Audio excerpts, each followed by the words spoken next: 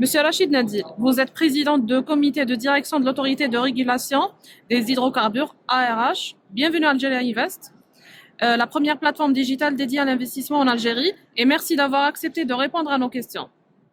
Pour commencer, en décembre 2019, une nouvelle loi sur les hydrocarbures a été promulguée. Pouvez-vous nous dire quels sont les objectifs recherchés à travers cette loi et citer les principaux points d'amélioration susceptibles d'attirer plus d'investisseurs dans les activités aval telles que le raffinage, la pétrochimie, le stockage et la distribution des produits pétroliers? Alors, merci de l'invitation d'abord. Bienvenue.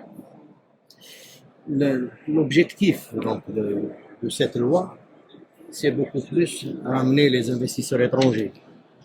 C'est beaucoup plus l'amont.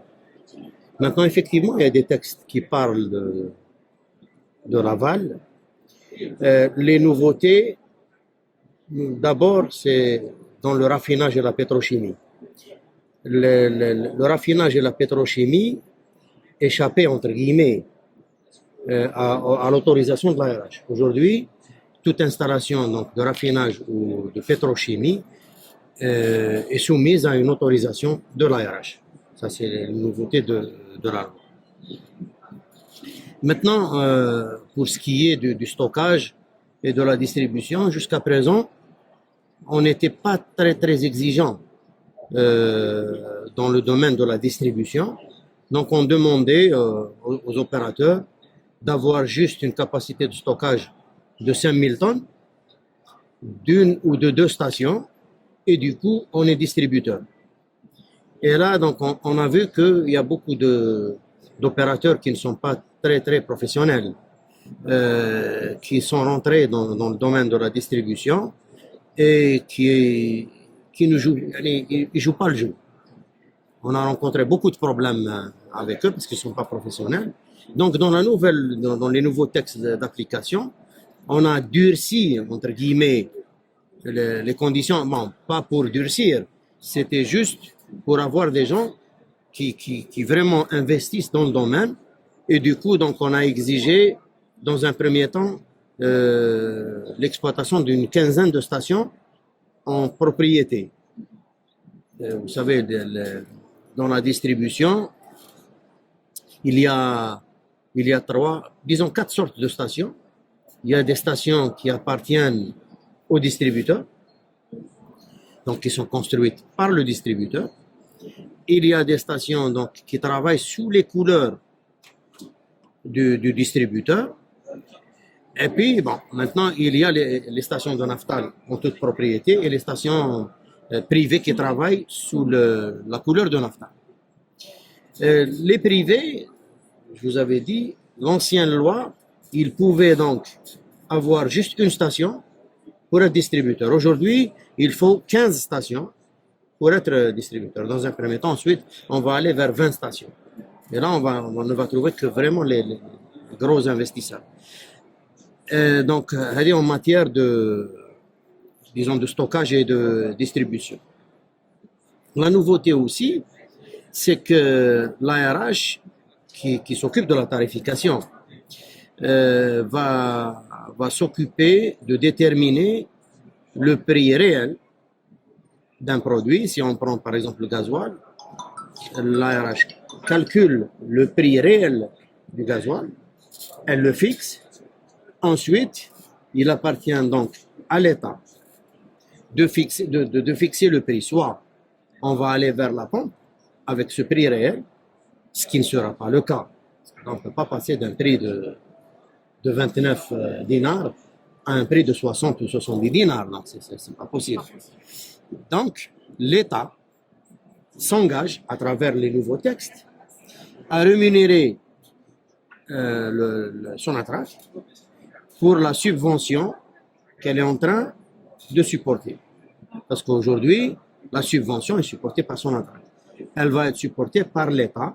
Donc, si on prend l'exemple d'un prix de 70 dinars, le prix réel est de 70 dinars, le prix actuel pratiqué il est de 30 dinars. Donc, les 40 dinars sont reversés à titre de subvention par l'État en attendant d'aller vers la subvention directe.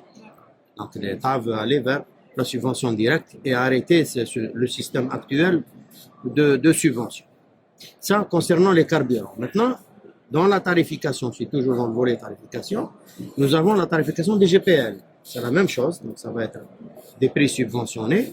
La nouveauté, c'est que seul Sonelgaz va bénéficier du prix, disons, subventionné. Les autres opérateurs, quand ils dépassent un certain seuil, donc ils négocient directement avec Sonatrach. Le prix du gaz est négocié directement avec Sonatrach.